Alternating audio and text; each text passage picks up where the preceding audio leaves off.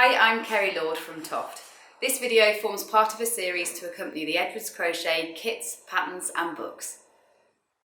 So in this video I'm going to talk about using a stitch marker. This is really important because it means that you can keep track of where you are when you're working your stitches. So I'm at the end of round 1 and I've got 12 stitches, and this is the point at which I would normally recommend to put my stitch marker in. If I try it any sooner than this, I find that I'm mainly seeing stitch marker rather than stitches. So this is a nice point to add your stitch marker in. So I'm at 12 stitches, the end of round 1. I've counted them to know that I've got the right number of stitches, and I'll just recap that. So to count them, you're never counting this loop that's on the hook, you're counting 1, 2, 3, 4, 5, 6, 7, 8, 9, 10, 11, 12.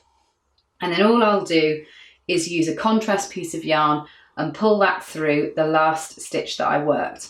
Now when it comes to stitch marking, it really is personal preference. If you've never used a stitch marker before and you're learning to crochet, then I would recommend marking as I do. I mark the last stitch of each round so that I know that when I've crocheted into that stitch, I'm starting again with a new one. But if you're used to doing it another way, you could choose to do it that way.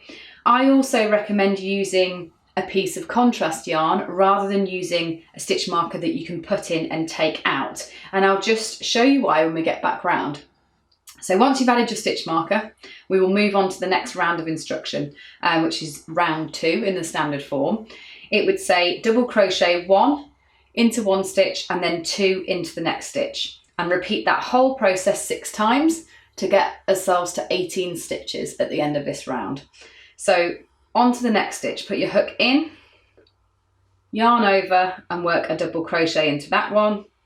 And then into this next one, we're going to put 2 double crochets into the same stitch. So put your hook into the stitch, yarn over to this point where you've got 2 loops on your hook, yarn over and through, and then back into the same hole. So rather than moving on to the next stitch in the circle, we're going to go back into that same hole we've already worked. So that's double crochet 1, then 2 into the next stitch,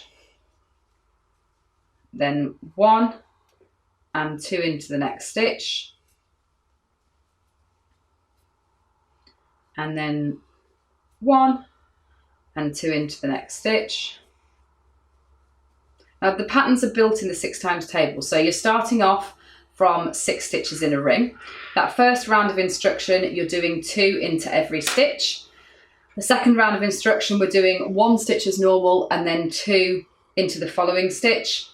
The third round of instruction, you're going to be doing 2 stitches and then an increase effectively in the third stitch, and that's how it increases. You're adding 6 stitches in every round, and that's what creates a flat circle of fabric rather than something that's curved or cupped to begin with. So as you add 6 stitches into every round, that's creating a flat circle for which you're going to build.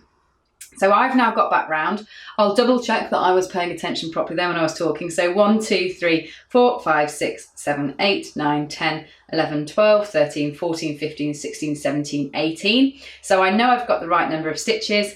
And what you can do, if I'm paying attention and if you're learning, I would recommend to put your hook back into that last stitch you worked again and just draw that stitch marker up with you. That said, if you're getting more confident, say you've made quite a few animals by this point, what you can choose to do is just pull that over or under the next round when you get to it. The great thing about using a piece of yarn is the fact that it will track with you up your work. So when you're working this style of crochet, you're working a non-stop constant spiral, and you're never chaining up, you're not trying to make it symmetrical. It is asymmetric and it spirals. So what this means is when you use a stitch marker like this, and it's a long piece of yarn and you can leave it in, you'll see how it tracks and spirals up the piece of work that you're doing. Whereas your alternative, if you wanted to use a stitch marker that you put in and remove, you could do. What you'd need to do is when you got to this stitch, you'd take the old one out and then you'd put it into that new stitch, and that way the stitch marker will track up with you. But just be reassured that even if you are using this in every stitch through your whole piece, at the end you can just pull this piece of yarn out and it won't damage the work in any way at all.